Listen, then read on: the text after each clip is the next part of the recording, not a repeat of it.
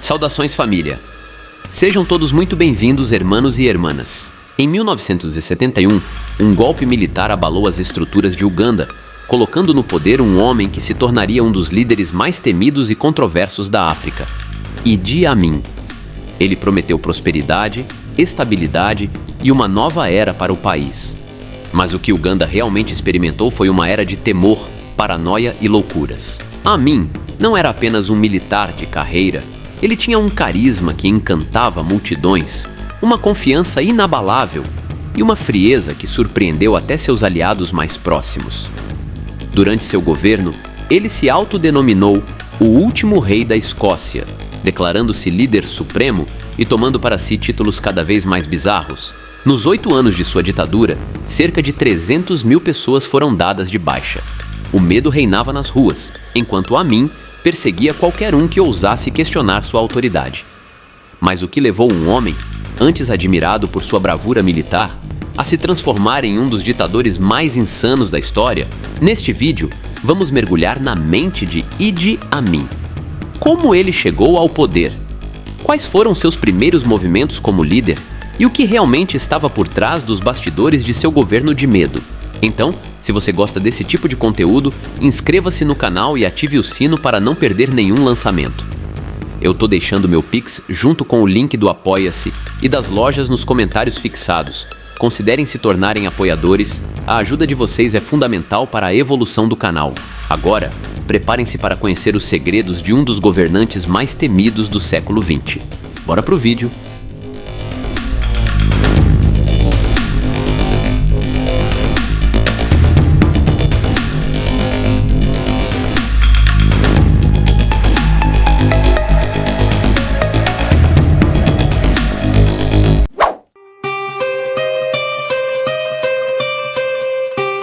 Salve galera, passando aqui rápido para deixar um recadinho a respeito da nossa loja. É uma loja de capas de celulares personalizadas, as melhores capas de celulares do universo gangster estão aqui e você que gosta desse tipo de conteúdo já dá um pulo no site para conhecer todas as nossas diversas capas que temos.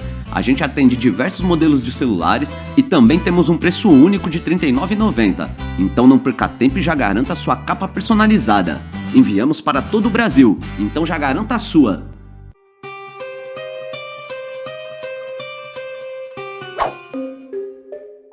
O homem conhecido na história como Idi Amin nasceu em circunstâncias pouco claras no meio da década de 1920 em Uganda.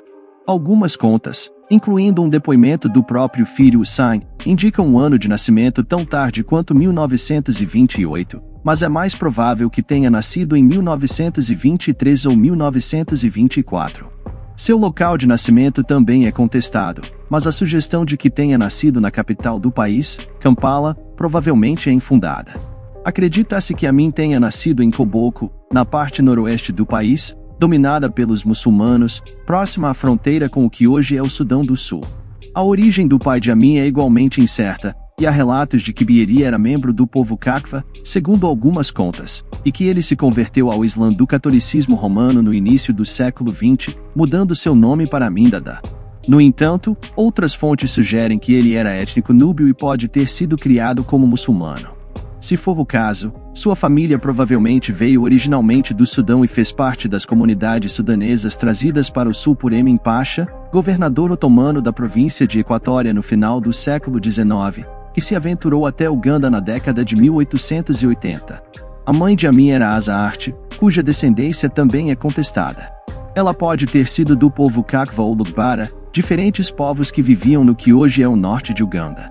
O pouco que sabemos da infância de Ed indica que seu pai o abandonou e sua mãe o criou sozinha.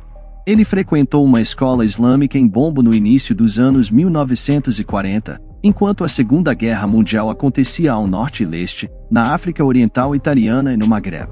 Qualquer avaliação da vida de Amin deve começar explorando a história de Uganda sob o domínio colonial.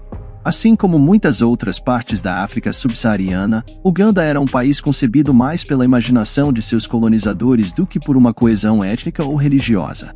A região que o país abrange hoje era habitada por diferentes povos no período pré-colonial, sendo os bugandenses os maiores, que governavam uma grande parte do país no sul da Uganda moderna, incluindo a região ao redor da capital, Kampala.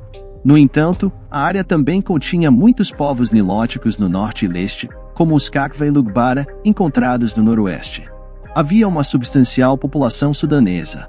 Bolsões de pessoas também habitavam as regiões que hoje ficam ao longo da fronteira entre o leste de Uganda e o oeste do Quênia.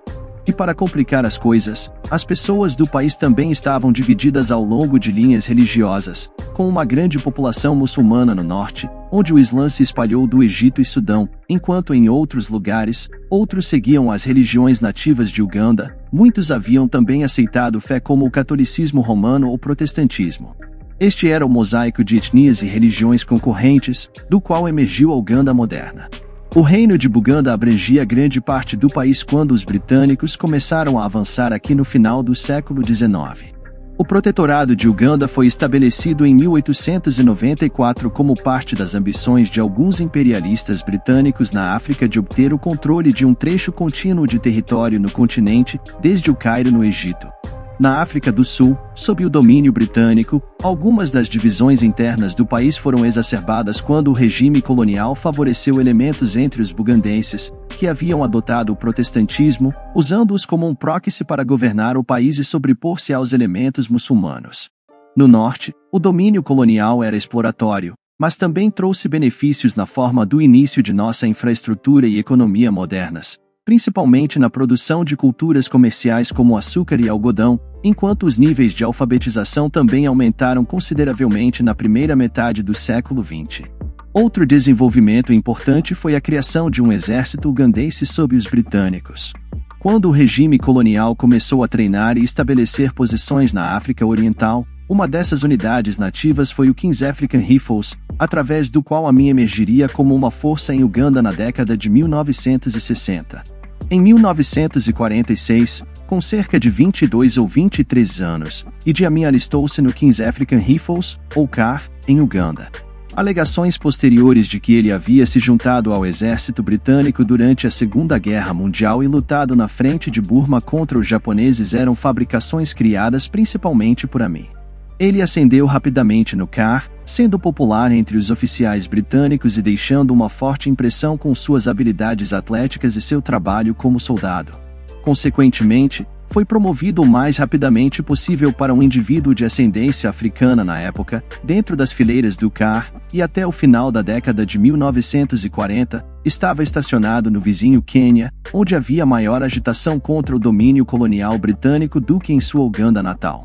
Em 1952, durante a Revolta da Terra e Liberdade do Quênia, também conhecida como Mau Mau, Amin serviu com distinção, embora mais tarde tentasse minimizar seu envolvimento na guerra, que visava defender o domínio imperial britânico. Ele foi promovido a cabo em 1952 e a sargento no ano seguinte. Ao longo da década de 1950, Amin continuou a ter algum sucesso. Ian Graham Amines, oficial comandante do KAR, e um homem que mais tarde escreveu uma memória sobre sua relação com Uganda e o futuro ditador, afirmou posteriormente que Amin foi um dos melhores soldados e oficiais intermediários que já comandou, e outros oficiais concordaram com essa avaliação. Também foi durante esses anos que ele foi enviado para a Europa para treinamento militar adicional e ficou destacado em Stirling, na Escócia, por algum tempo. Isso marcou o início de uma afinidade com o país, que, como veremos, levou Amin a brincar com a ideia de se tornar rei da Escócia nos anos seguintes. Após retornar à África, ele recebeu o título de Efendi ou Afande em Swahili no KAR em 1959, tornando-se um sargento de segunda classe, a patente mais alta que um africano poderia alcançar nas Forças Armadas Britânicas na África Oriental. No entanto, também havia indícios dos problemas que estavam por vir com Amin. No final de 1961 e início de 1962, o KAR foi chamado para intervir em roubos generalizados de gado na fronteira entre Uganda e Quênia.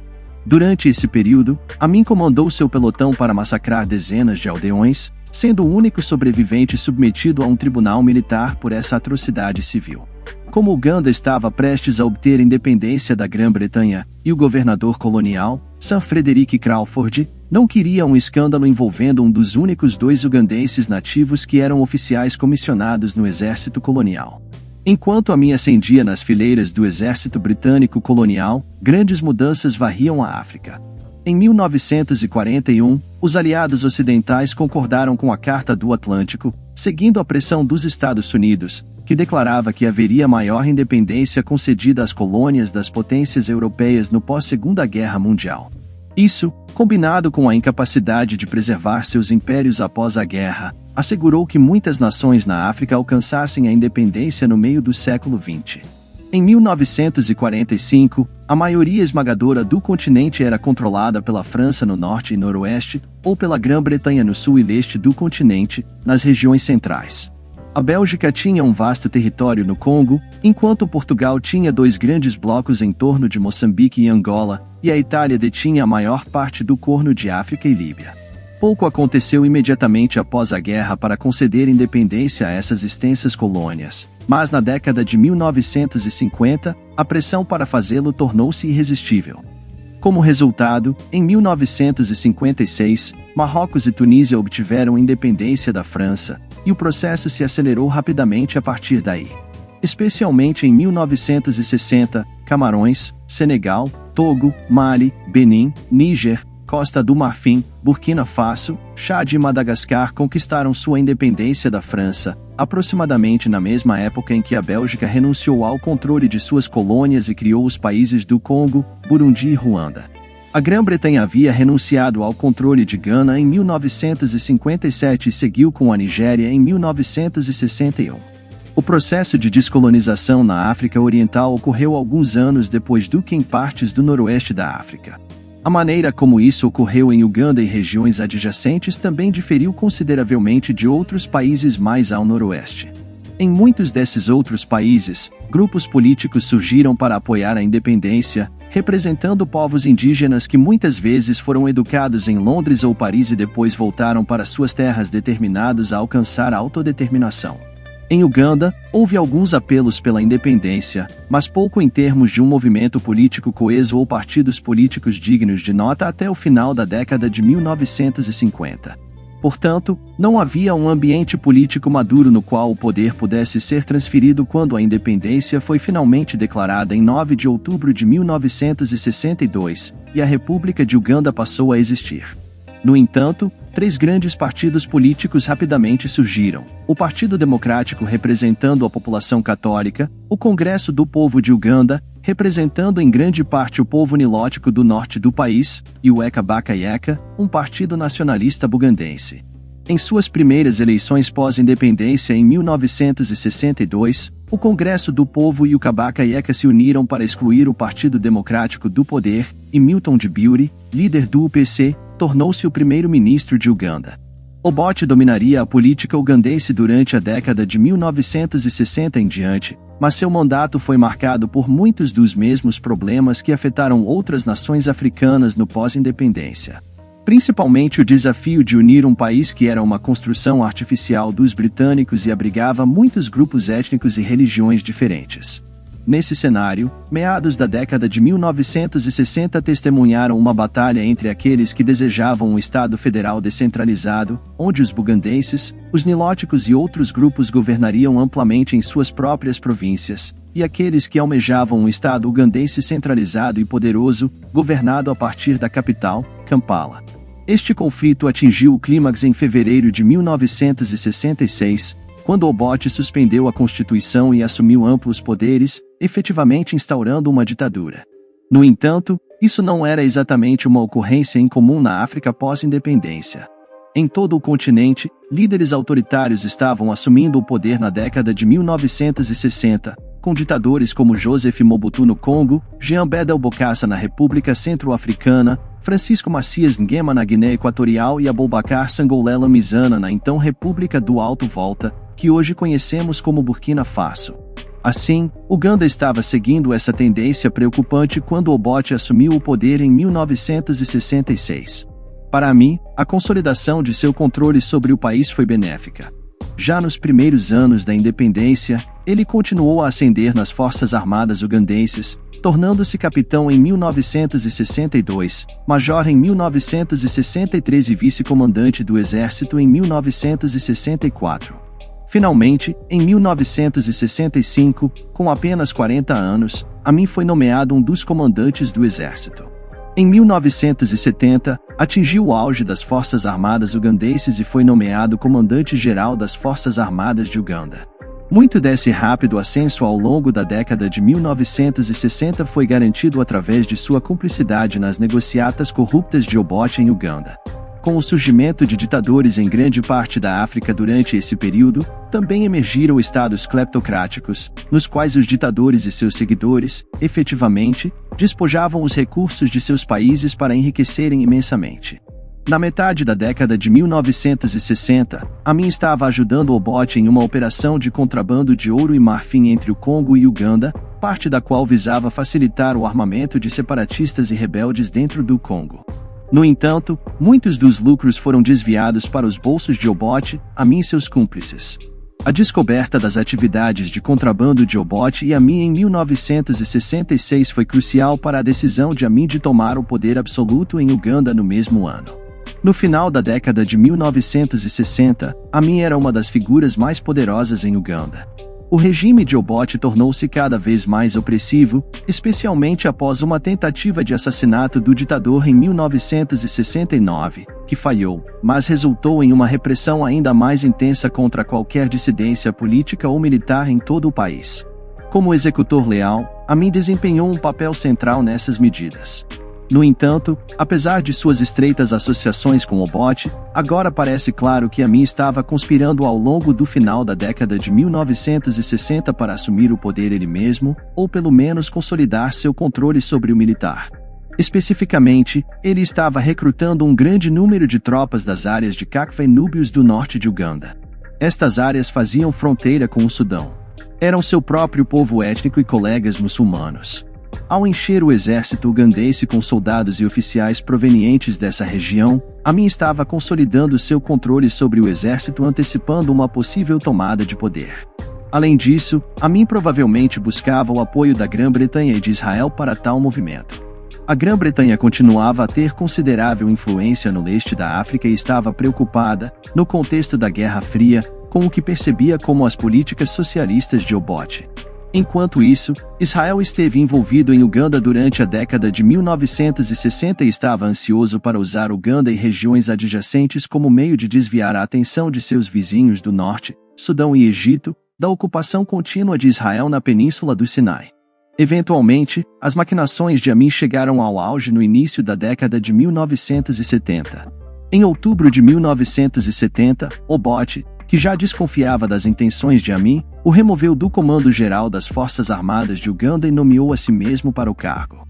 Ele então começou a preparar acusações de má conduta financeira contra Amin, mas agiu lentamente demais, o que se mostrou um erro fatal.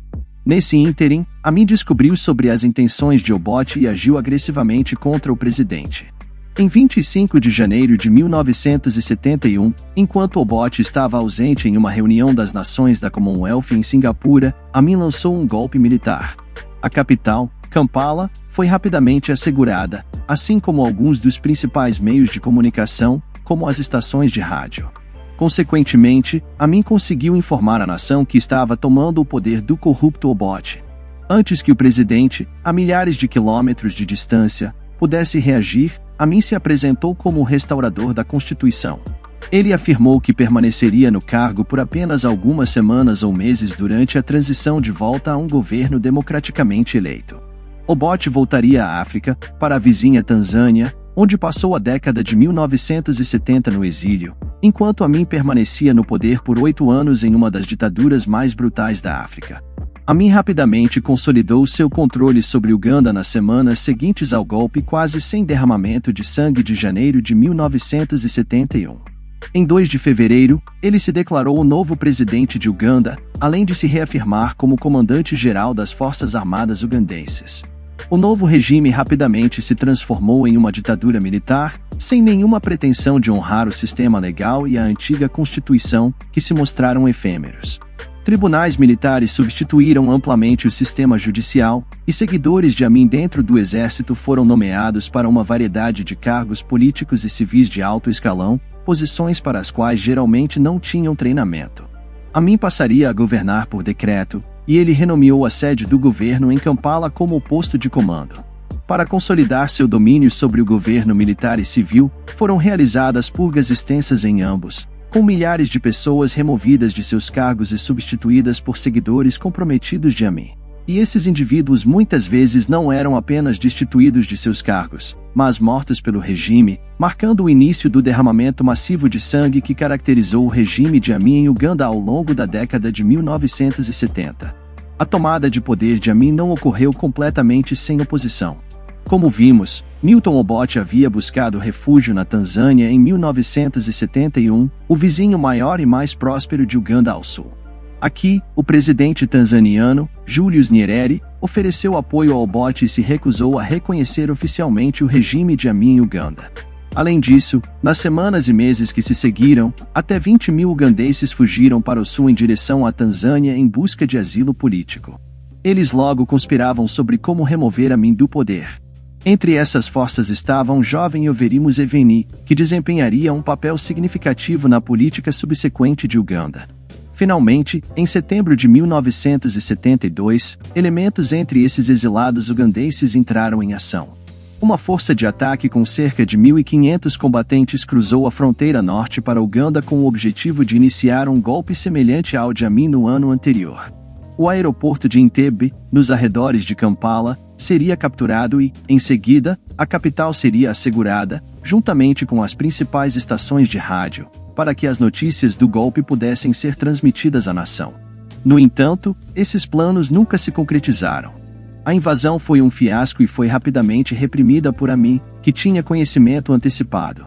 Centenas dos invasores foram mortos, e tudo acabou em questão de dias. Mas isso é um indicador significativo do papel que a Tanzânia desempenharia em eventos futuros. Nos primeiros anos do regime de Amin, ele foi recebido de braços abertos pela comunidade internacional. Os britânicos e os israelenses apoiaram o golpe em 1971 e reconheceram rapidamente o regime de Amin assim que ele assumiu o poder, acreditando que o ex-oficial do CAR seria mais fácil de lidar do que Obote tinha sido.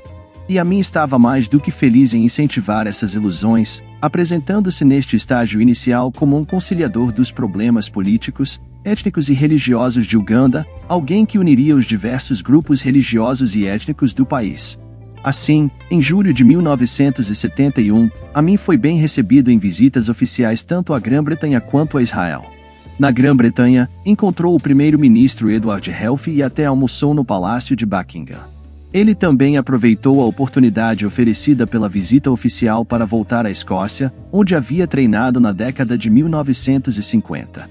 Amin tinha um fundo especial para os compatriotas do exército ugandense na Escócia e chegou a cogitar uma aliança bizarra com a organização paramilitar escocesa, resultando em sua oferta para se tornar rei da Escócia em Londres e Tel Aviv. Amin solicitou armas adicionais para levar a luta à Tanzânia, mas ambos os governos recusaram. Curiosamente, nem o governo britânico nem o israelense pareciam ter compreendido verdadeiramente o indivíduo com quem estavam lidando quando Amin visitou suas respectivas capitais no verão de 1971. No entanto, logo começaram a suspeitar de sua verdadeira natureza, e isso rapidamente deu lugar ao arrependimento em julho de 1971. Enquanto Amin jantava no Palácio de Buckingham e se reencontrava com a Escócia de volta em Uganda, dois americanos, um jornalista chamado Nicholas Troy e um professor de sociologia chamado Robert Seidel, que estavam investigando alguns dos primeiros assassinatos políticos associados ao regime de Amin, foram para os quartéis do exército em Umbarada. Eles foram avisados para não ir lá, mas ignoraram esses avisos, uma decisão que se provaria fatal. Ambos os homens foram assassinados nos quartéis. A reação americana foi rápida e uma investigação a qual um oficial jurídico americano chamado David Jeffries Jones foi designado foi lançada. Jones determinou rapidamente que a dupla havia sido assassinada pelos homens de Amin. No entanto, ele fugiu do país com medo por sua própria vida antes que a investigação pudesse ser concluída. O assassinato de Stroy e Seidel foi a primeira indicação séria de que Amin não seria o homem forte e confiável que o Ocidente acreditava que ele poderia ser em Uganda. Outros sinais mais claros de quão problemático Amin poderia ser começaram a surgir em breve. Tendo tido seu pedido por armas adicionais e armamentos modernos recusado pelos governos de Londres e Tel Aviv, Amin recorreu ao coronel Muammar al-Gaddafi, o ditador de fato da Líbia, após sua tomada de poder em 1969. Gaddafi havia se estabelecido em oposição às antigas potências coloniais, expulsando grande parte da comunidade colonial italiana e assumindo o controle de bases militares ocidentais que tinham significado estratégico na Guerra Fria, além de introduzir elementos da lei islâmica Sharia. Portanto, era bastante ominoso encontrar Amin buscando uma aliança com o líder líbio. E quando visitou a Líbia, Amin apresentou uma visão fantasiosa de seu próprio país e de si mesmo para obter apoio militar de Gaddafi. Por exemplo, Amin se retratou como um muçulmano comprometido e parece ter convencido Gaddafi de que até 70% da população de Uganda eram muçulmanos, enquanto o verdadeiro número estava na faixa de cerca de 6%, principalmente encontrados no noroeste do país, fazendo fronteira com o Sudão. No entanto, Gaddafi comprou as alegações de Amin, e o ugandense trouxe seu país para a Organização dos Estados Islâmicos e prometeu impor limites às liberdades religiosas dos cristãos em Uganda em troca das armas de Gaddafi. De volta a Uganda em 1972, a animalidade desencadeada pelo regime de Amin aumentou. Ela foi direcionada principalmente aos grupos étnicos Achuli e Lango que se opunham ao regime de Amin. No início de 1972, pelo menos 5.000 dessas pessoas haviam desaparecido, incluindo soldados, advogados, estudantes, líderes religiosos e figuras políticas locais.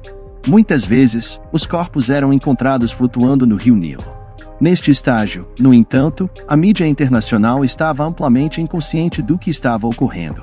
Um incidente, no entanto, chamou a atenção geral, e isso foi em janeiro de 1972 em Mukula, perto da fronteira com a Tanzânia. No entanto, isso só foi amplamente divulgado porque havia transbordado para a Tanzânia. No entanto, enquanto a mídia ocidental e os serviços estrangeiros de outros países estavam bastante ignorantes do que estava ocorrendo em Uganda neste momento, o derramamento de sangue estava aumentando, e as cifras para o número de mortos e o número de deslocados durante a ditadura de Amin são notoriamente difíceis de determinar com precisão. Mas já no verão de 1972, dezenas de milhares haviam sido mortos ou forçados a fugir para o exílio na Tanzânia ou em outros lugares. Enquanto a perseguição religiosa e política crescia constantemente, ela só pioraria nos anos seguintes.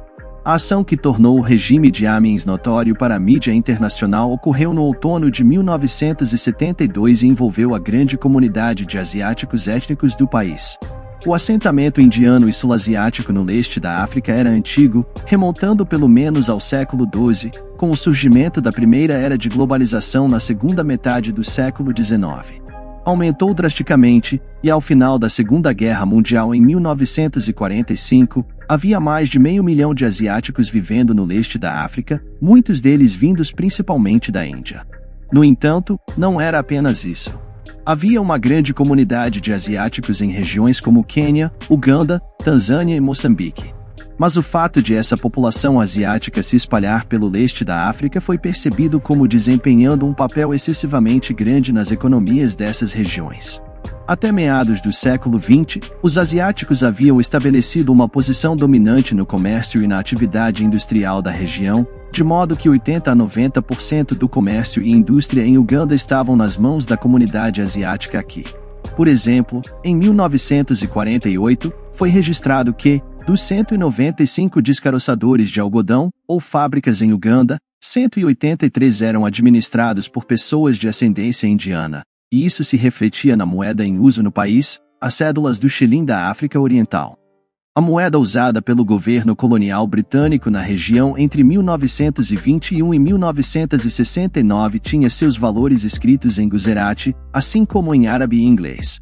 Pouco depois de ascender ao poder, Amin decidiu tentar remover grande parte da população asiática do país e tentar tirar o controle da atividade comercial e industrial em Uganda de suas mãos e colocá-lo nas mãos dos ugandenses étnicos.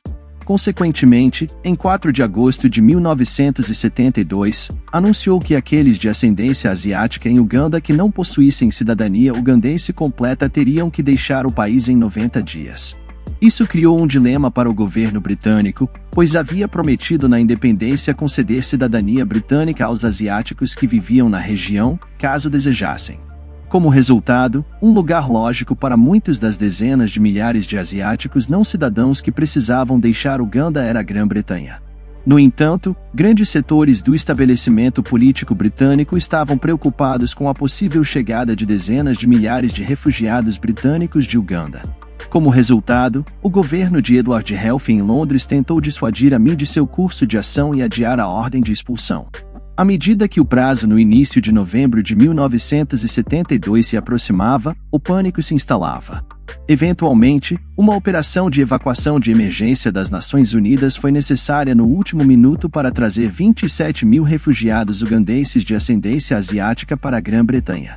Os motivos de Amin para a ordem de expulsão eram claros antes que dezenas de milhares de pessoas fossem forçadas a sair do país a caminho dos aeroportos e fronteiras. Aqueles que foram exilados à força foram geralmente roubados de tudo de valor que tinham.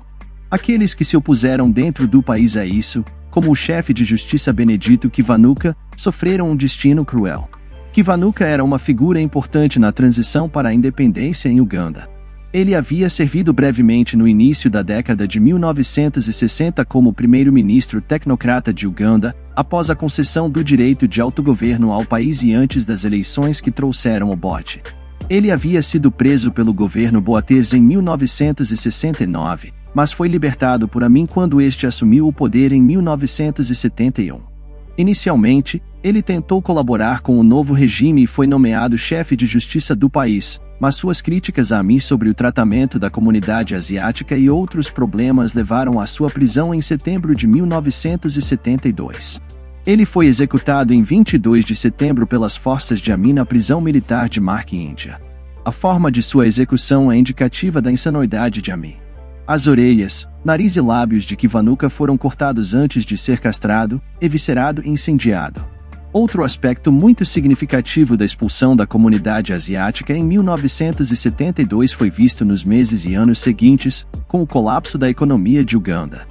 Os 50 mil a 60 mil asiáticos ugandeses que foram forçados a sair do país controlavam uma quantidade extensa do comércio e da indústria do país.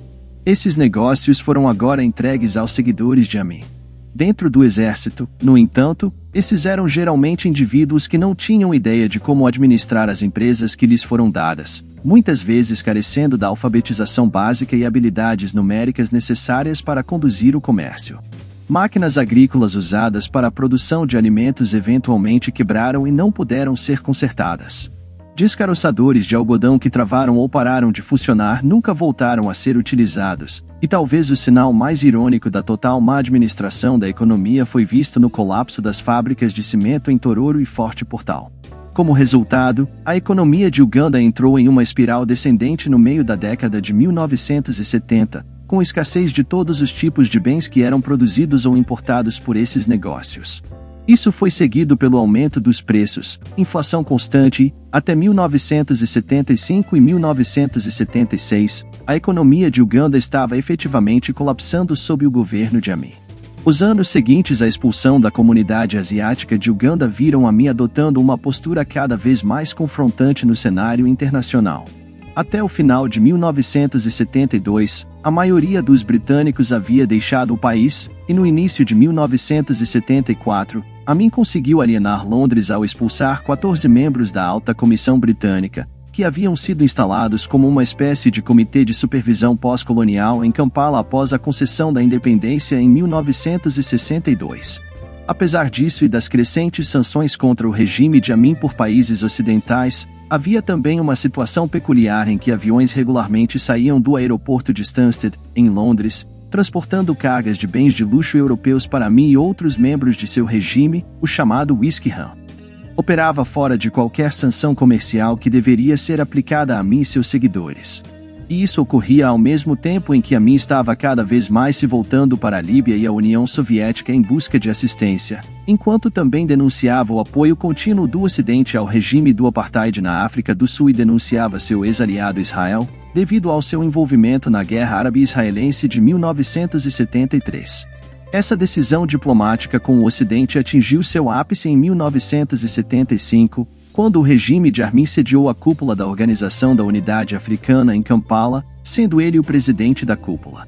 Aqui, ele essencialmente pressionou vários britânicos a carregá-lo em uma recepção na cúpula, enquanto envergonhava publicamente o secretário de Relações Exteriores britânico, James Callaghan, que havia vindo à cúpula especificamente para interceder com Armin pela libertação do autor britânico, Dennis Hughes, que em um livro recente chamado A Abóbora Branca, havia se referido a Armin como um tirano de aldeia. Callaghan partiu, acreditando que toda a esperança de cooperação com Armin estava perdida, mas Hughes, que havia sido condenado à queda antes da intervenção de Callaghan, foi poupado pelo governo de Uganda. Enquanto isso, Amin continuava a se aproximar cada vez mais da União Soviética até o final de 1975. O regime havia recebido dezenas de milhões de dólares em ajuda econômica e assistência militar de Moscou, enquanto Amin também havia enviado vários milhares de soldados ugandenses para o leste europeu para receber treinamento militar moderno. Por sua vez, o governo soviético estava interessado em cortejar Amin como uma forma de compensar geograficamente a influência britânica no Quênia e a percebida influência chinesa na Tanzânia. Foi também na metade da década de 1970 que Amin desenvolveu uma conexão com uma organização paramilitar na Escócia que se tornou tema de livros e até mesmo de um filme nos últimos anos. Nessa época, a incipiente Exército de Libertação Nacional Escocês, um grupo paramilitar de margem na Escócia, iniciou uma campanha terrorista de baixo nível em seu país de origem, envolvendo o envio de cartas-bomba. Tendo conhecimento de sua afinidade pelo país, Amin indicou alguma simpatia por seu desejo de obter independência da Grã-Bretanha, chegando a oferecer-se para se tornar rei da Escócia, caso precisassem dele para desempenhar o papel.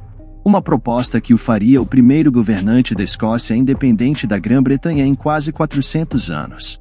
Essa sugestão bizarra, embora seja um indicador interessante do estado cada vez mais desequilibrado de Amin, foi apenas uma nota de rodapé em seu mandato como ditador ugandense, apesar de sua notoriedade posterior devido a um livro e filme estrelado por Forest Whitaker e James McAvoy.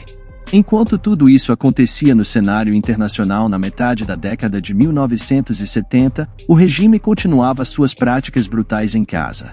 Amin e seus seguidores favoreciam abertamente alguns grupos religiosos e étnicos em Uganda, perseguindo outros.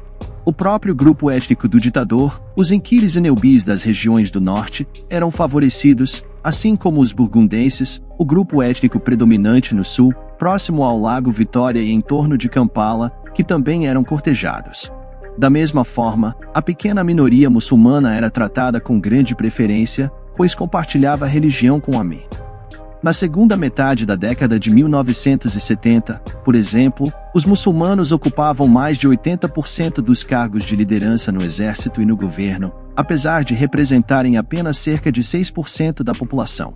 No entanto, o Estado continuava efetivamente a perseguir alguns dos outros grupos religiosos e étnicos, especialmente os Achuli e os Langi, na parte leste e nordeste do país. Ao longo da metade da década de 1970, dezenas de milhares de pessoas desses grupos continuaram a ser dados de baixa. Despromovidos, atacados, presos ou deslocados de suas terras e lares, e para alcançar esse nível de opressão, Amin continuou a expandir o já considerável exército ugandense, transformando-o efetivamente em uma aristocracia militar de seus apoiadores que governavam o país. Amin foi facilitado nessa opressão pelo trabalho do Bureau de Pesquisa do Estado, uma organização secreta de polícia que foi estabelecida logo após ele assumir o poder. Seu trabalho, no entanto, é amplamente associado a Robert ou Bob Astley a partir da metade da década de 1970. Astley era um legado da era colonial, um soldado e funcionário britânico que havia lutado na Segunda Guerra Mundial e depois ingressou no serviço na África. Ele acabou indo para Uganda em 1949 e, após passar os próximos 13 anos lá, decidiu permanecer após a independência e trabalhou para o governo de Abbott, embora tenha sido brevemente preso após a tomada de poder por Amin em 1971. Ele eventualmente conseguiu ganhar a confiança do ditador e foi nomeado chefe do Bureau de Pesquisa do Estado na metade da década de 1970, sob Astley. O Bureau tinha a missão de descobrir conspirações contra Amin e o regime e era responsável pelo desaparecimento de milhares de pessoas suspeitas de vários crimes. Não era incomum ver nas ruas de Kampala e outras cidades ugandenses, durante esses anos, indivíduos forçados a desaparecer. Astley parece ter sido uma das poucas pessoas em quem Amin confiava, à medida que ele se tornava cada vez mais desequilibrado. O comportamento e o estilo de vida de Amin estavam mudando na década de 1970, tornando-se cada vez mais imprevisíveis. O ditador, polígamo, Casou-se com pelo menos 6 mulheres nos anos 1960 e 1970. Em 1974, divorciou-se de 3 delas, 2 das quais caíram em circunstâncias misteriosas. Nos meses que se seguiram, ele se casou com uma dançarina de 19 anos chamada Saraki Orlaba em um casamento luxuoso de 2 milhões de libras no verão de 1970, com Yasser Arafat atuando como seu padrinho. Ao todo, ele teve cerca de 50 filhos, muitos dos quais foram criados em palácios e casas de luxo que Amin adquiriu em todo o país. Enquanto isso, Amin, que havia sido atlético e um ávido esportista em seus anos mais jovens, cresceu em tamanho ao entrar na casa dos 50. Ele tornou-se rapidamente paranoico, uma preocupação compreensível para alguém em sua posição, mas isso muitas vezes se transformava em pura insanidade, a ponto de suspeitar de cúmplices, Livescribe sendo monitorado por membros do governo que acreditavam que ele agia como uma influência moderadora em Amin quando ele estava fora de controle. Uma questão que parece ter se tornado um fator que afetou sua personalidade em seus anos mais jovens até os anos 1970, pode ter sido o sofrimento de demência parcial decorrente de sífilis terciária. Isso talvez explique alguns dos comportamentos mais bizarros e as acusações de canibalismo que se associaram a ele no final de sua ditadura, no final dos anos 1970. Um médico israelense que havia servido em Uganda algum tempo antes afirmou abertamente: "Não é segredo que Amin está sofrendo das fases avançadas de sífilis, que causaram danos cerebrais." Talvez isso também explique um telegrama que Amin enviou a Kurt Waldheim, o secretário-geral das Nações Unidas na época, elogiando as ações do ditador mais nóia da Alemanha, o monstro Adolf. A notícia da mensagem se espalhou rapidamente para líderes mundiais, e ficou cada vez mais claro após isso que a África lidava com um homem parcialmente insano.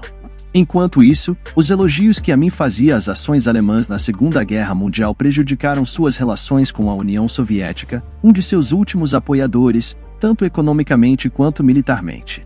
Tudo isso se complicou em 1976, em um dos incidentes mais infames associados a Amin e seu regime. Em 27 de junho daquele verão, um avião da Air France foi sequestrado a caminho de Tel Aviv para Paris por Atenas. Foi desviado para o aeroporto de Entebbe, nos arredores de Kampala, e logo ficou claro para a mídia internacional que Amin estava em conluio com terroristas palestinos e membros do movimento guerrilheiro urbano alemão ocidental, o Revolutionäre Zelen, que havia orquestrado o sequestro. Nas horas seguintes, os passageiros não-judeus foram libertados do avião, e foram feitas exigências de que dezenas de prisioneiros políticos palestinos detidos em Israel fossem libertados. Caso contrário, a partir de 1º de julho, os sequestradores começariam a executar os reféns judeus. No entanto, o que se seguiu foi uma incrível operação de resgate, com comandantes israelenses voando de Israel para Uganda, reabastecendo em Nairobi e no vizinho Quênia para libertar os reféns no aeroporto de Entebbe. O aeroporto havia sido construído por empreiteiros israelenses anos antes, e eles conheciam o layout exato. Consequentemente, na noite de 4 de julho, cerca de 100 comandantes israelenses conseguiram pousar em um ataque surpresa, libertaram quase todos os reféns, destruíram a maioria dos aviões de caça da Força Aérea de Uganda estacionados em Entebbe e decolaram novamente para fora de Uganda em uma missão que durou apenas 90 minutos. Amin ficou desconcertado e enfurecido com o que aconteceu quando acordou na manhã seguinte. O papel de Amin em facilitar o sequestro de voos da Air France no verão de 1976 foi apenas uma das atividades cada vez mais incendiárias que ele estava realizando no cenário internacional. Na segunda metade da década de 1970, ficou claro que o governo queniano havia facilitado a missão israelense para libertar seus cidadãos em Entebbe, permitindo-lhes reabastecer em Nairobi. O regime queniano, sem dúvida, foi antagonizado pela atitude cada vez mais beligerante de Amin em relação a eles. Em 1902, os britânicos haviam incluído uma grande parte do que era o oeste do Quênia dentro das fronteiras do Protetorado de Uganda. Essas mesmas terras foram eventualmente devolvidas, para se tornar parte do Quênia quando este obteve independência. No entanto, em meados da década de 1970, Amin começou a pressionar uma alegação em grande parte infundada de que essa parte do oeste do Quênia era, na verdade, território ugandense ou parte de uma grande Uganda. Isso, sem dúvida, encorajaria o governo em Nairobi a facilitar a missão de resgate israelense em julho de 1976. Mas isso teve implicações, pois nas semanas seguintes ao episódio da Air France, Amin ordenou a queda de centenas, talvez milhares de quenianos étnicos que viviam em Uganda em represálias. Ao longo da década de 1970, líderes religiosos em toda Uganda ficaram cada vez mais preocupados com a natureza divisiva das abordagens do regime em relação aos cristãos ugandenses e sua população muçulmana. Amin havia deliberadamente cortejado a população muçulmana e oprimido algumas igrejas cristãs.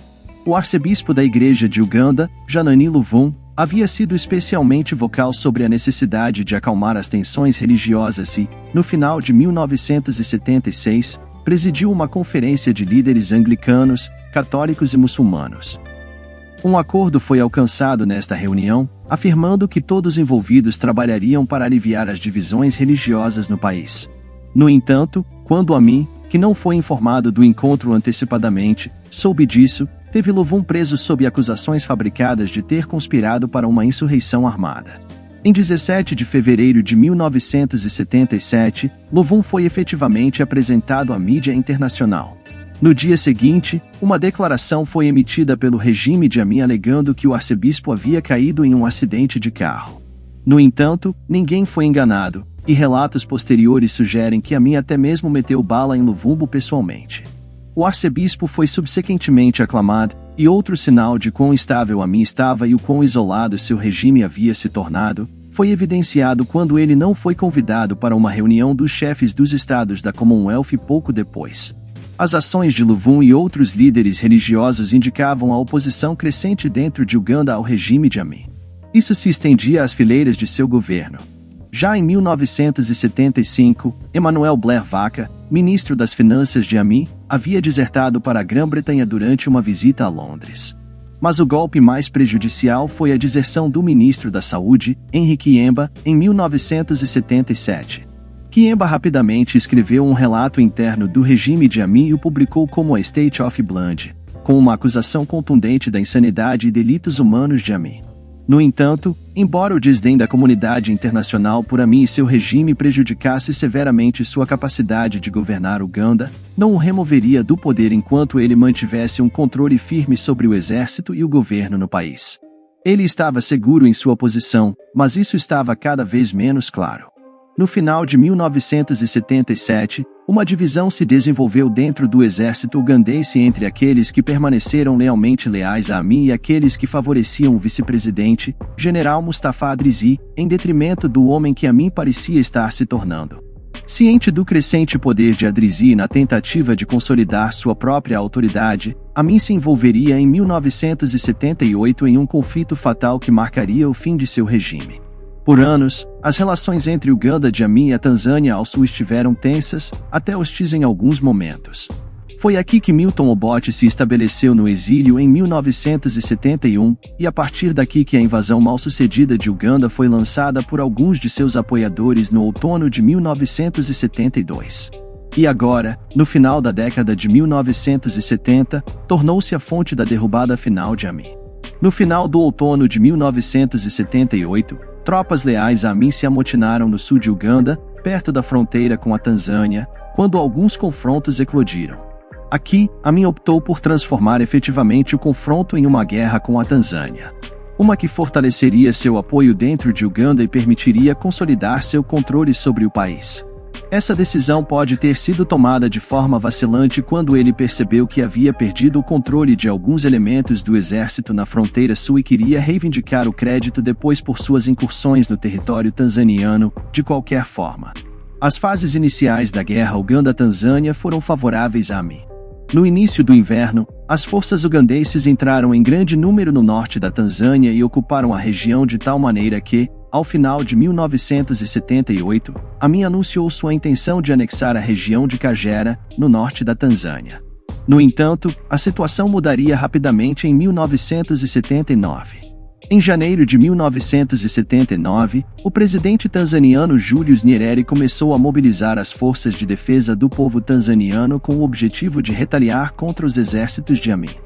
Eles foram acompanhados por um grande contingente de ugandenses contrários ao regime de Amin e que viviam no exílio na Tanzânia, conforme se moviam para o norte. As forças de Amin começaram a recuar em alguns lugares e foram derrotadas em outros. Algumas unidades atravessaram a fronteira oeste para o Congo.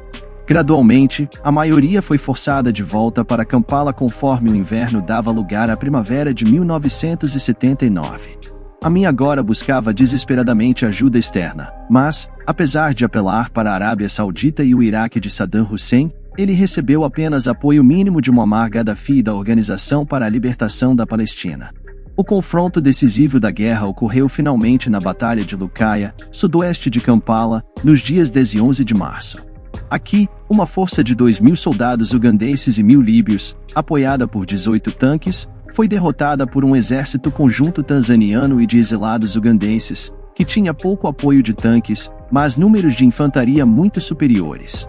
Nas horas seguintes à derrota e à chegada das notícias em Kampala, muitos instaram Amin a aceitar a situação e renunciar como líder de Uganda.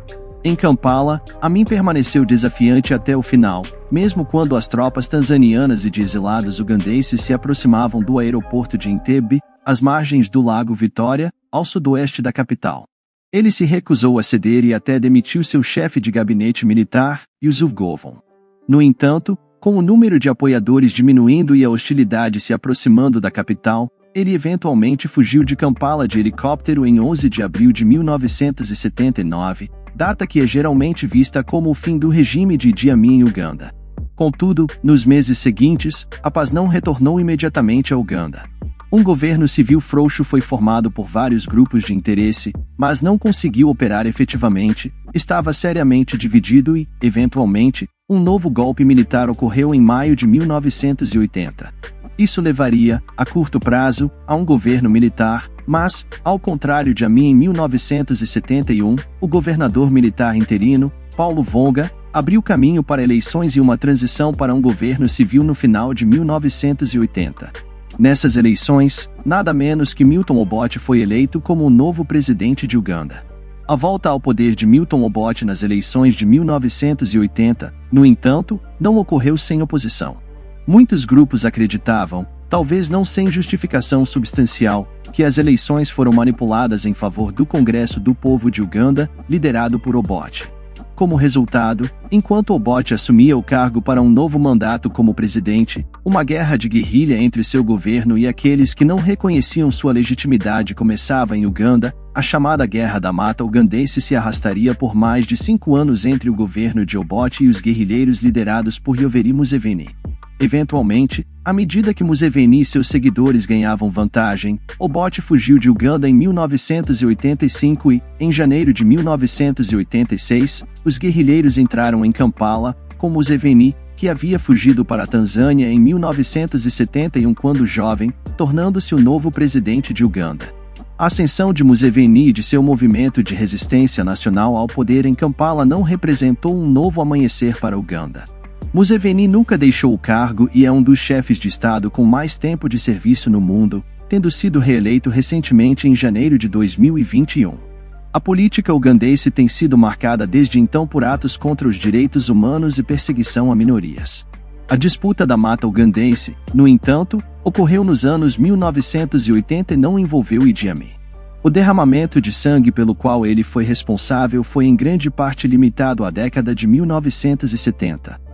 É difícil obter uma ideia precisa de quantas quedas o regime de Amin foi realmente responsável, devido à população de Uganda na época ser mal definida, tornando difícil avaliar o número de quedas a partir de censos e outros dados estatísticos. Além disso, as quedas e desaparecimentos que tiraram a vida de dezenas de milhares de pessoas não foram registrados oficialmente por sua própria natureza. Além disso, muitas quedas ocorreram durante esses anos em Uganda, não como resultado de uma ordem do governo, mas indiretamente devido à criação de um estado militar em que membros graduados do exército que podiam dar de baixa em pessoas sem se preocuparem. Da mesma forma, a má gestão da economia contribuiu para o número de quedas, mas novamente de maneiras indiretas. No entanto, apesar dessas limitações, é geralmente aceito hoje, com base em alegações feitas pela Anistia Internacional, que o regime de Amin acabou com pelo menos 300 mil pessoas entre 1971 e 1979, embora algumas evidências de registros de censo sugiram uma queda na população entre 420 mil e 800 mil. Embora um número preciso possa não ser possível, o que é incontestável é que o regime de Amin criou imensas dificuldades para o povo de Uganda ao longo da década de 1970 e foi uma das ditaduras mais insanas que o continente viu durante esse período. Após a fuga de Kampala, Amin não deixou imediatamente Uganda. Por algumas semanas, ele ficou livre no leste do país e até tentou estabelecer um governo de oposição com sua capital na cidade de Jinja, às margens do Lago Vitória. Rapidamente, ele enfrentou a realidade e deixou o país completamente, indo primeiro para a Líbia, onde seu antigo aliado Gaddafi lhe deu refúgio temporário. No entanto, em 1980, ele se dirigiu ainda mais para o leste e se estabeleceu em Jeddah, na Arábia Saudita, onde recebeu o santuário oficial do governo. Pouco após sua chegada lá, ele concedeu sua primeira entrevista pós-governo, na qual defendeu seu reinado como governante de Uganda e alegou que muitos em sua terra natal desejavam que ele fosse restaurado ao poder. Apesar de tais afirmações, Amin nunca voltaria ao poder ou desempenharia um papel importante na vida política, embora tenha tentado retornar a Uganda em 1989 quando voou para o Zaire, onde uma grande disputa havia eclodido, com implicações para vários países vizinhos, incluindo Uganda. Amin esperava usar a desordem como meio de construir uma base de apoio para seu retorno a Uganda, que estava mergulhada em nova desordem no final dos anos 1980. Foi uma missão fracassada, e em questão de meses Amin estava de volta à Arábia Saudita, onde o relutante governo saudita foi coagido pelos Estados Unidos e outros a aceitar Amin de volta. Amin viveu o restante de sua vida na Arábia Saudita sem tentar intervir novamente em Uganda. Ele também foi firmemente avisado para não dar entrevistas televisivas ou falar com a imprensa, e permaneceu relativamente próximo à sua vila em Jeddah. Seus últimos anos envolveram um ciclo de eventos esportivos, sessões de música e casas de massagem. Embora fosse frequentemente visto levando seu Range Rover ou Chevrolet Caprice em passeios de compras e visitas ao aeroporto, onde Amin regularmente tinha que liberar pacotes de mercadorias de Uganda pela alfândega. Os aviões cheios de artigos de luxo nas corridas de Stansted para Kampala na década de 1970 foram substituídos por pacotes de casara e outros alimentos da África Oriental chegando a Jeddah na década de 1990. Curiosamente, houve apenas pedidos limitados para que Amin fosse julgado em algum tribunal internacional por seus delitos durante esses anos. Finalmente, no verão de 2003, quando ele tinha 80 anos ou muito próximo disso, sua família relatou que o ex-ditador estava em coma no hospital de Jeddah devido à insuficiência renal. Um pedido de sua família para que ele fosse autorizado a retornar a Uganda para ser enterrado foi respondido com a ameaça de processos judiciais se ele pisasse em Uganda. Assim, quando o suporte de vida de Amin foi desligado em 16 de agosto de 2003, ele foi de vala em Jeddah e foi enterrado em um túmulo em grande parte comum na capital da Arábia Saudita. Não há dúvida de que Amin foi um ditador insano. Seu regime introduziu uma extensa opressão política desde o início e aumentou as divisões religiosas e étnicas dentro de Uganda como forma de dividir seu povo e governar sobre eles, em vez de tentar unir as várias comunidades da sociedade ugandense. Para fazer uma Uganda forte no pós-independência, liderada por um indivíduo cada vez mais instável, possivelmente sofrendo de uma demência induzida pela sífilis, e que sempre foi um indivíduo imoral e excessivamente louco, o regime oprimiu grandes setores de seu povo ao longo da década de 1970. Não está claro quantas quedas o regime foi diretamente responsável, mas uma estimativa cautelosa sugere pelo menos 300 mil pessoas, enquanto a má administração da economia empobreceu ainda mais milhões. Conforme sua administração se tornou cada vez mais impopular, mesmo entre os grupos que Amin tentou cultivar explicitamente como seus aliados, o ditador buscou iniciar disputas regionais com os vizinhos de Uganda para fortalecer seu apoio em casa. A política de Amin, no entanto, teve efeito contrário, e a guerra com a Tanzânia em 1978 rapidamente levou à deposição e ao exílio de Amin no ano seguinte, encerrando o reinado de 8 anos de um dos mais brutais ditadores. No entanto, Amin chegou ao poder e a maneira como isso ocorreu serve como um lembrete marcante das falhas da descolonização da África nas décadas de 1950 e 1960. Amin foi treinado pelos britânicos e ascendeu ao poder dentro dos rifles africanos do rei, enquanto ele foi responsável por uma grande atrocidade contra civis em Uganda. Na véspera da independência do país, decidiu-se não submetê-lo a um tribunal marcial e encobrir o evento, pois não era considerado politicamente astuto processá-lo na época. Se isso tivesse sido feito, talvez o regime dele pudesse ter sido evitado. Posteriormente, os governos britânico e israelense o apoiaram na tomada do poder de Milton Obote em 1971, devido a seus próprios interesses geopolíticos. Essas preocupações estreitas e alto serviço facilitaram a ascensão e a manutenção de ditadores como Amin e Joseph Mobutu no Congo vizinho, através da independência na África. No entanto, aqueles que facilitaram a ascensão de Amin em 1971 não poderiam prever o que aconteceria. Entre 1971 e 1979, um ditador cada vez mais desequilibrado e seus seguidores foram responsáveis por acabar com centenas de milhares de ugandenses, deslocando muitos mais e desestabilizando toda a região da África Oriental. Por fim, a pena de tudo isso é que, depois de cair do poder em 1979, Amin pôde viver livremente no exílio e jamais pagou realmente por seus atos.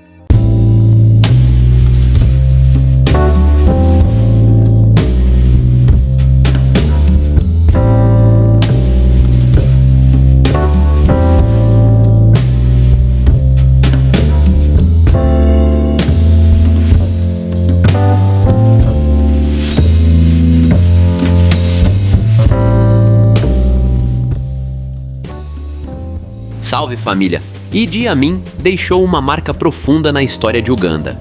O homem que um dia foi aplaudido por suas conquistas militares se tornou o arquiteto de um regime de temor.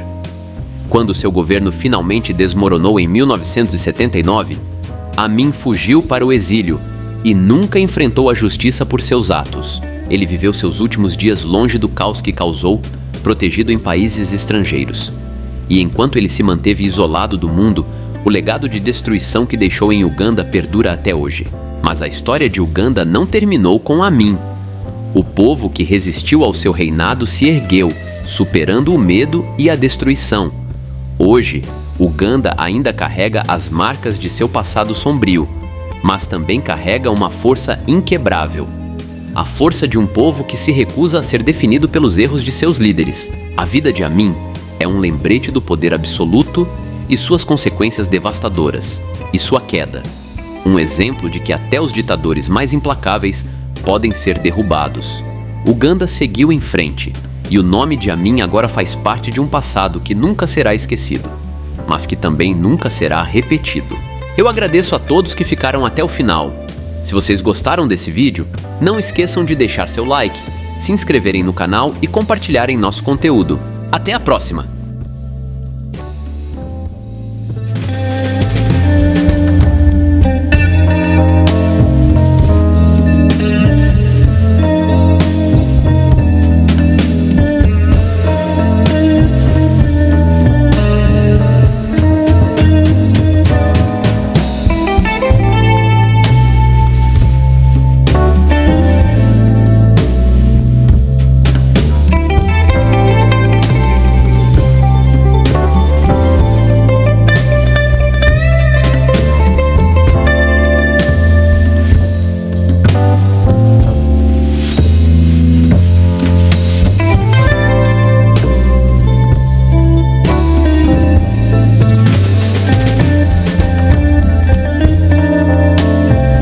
Sejam bem-vindos e bem-vindas à MV Ball Sports, sua casa para camisas de times e seleções do Brasil e do mundo.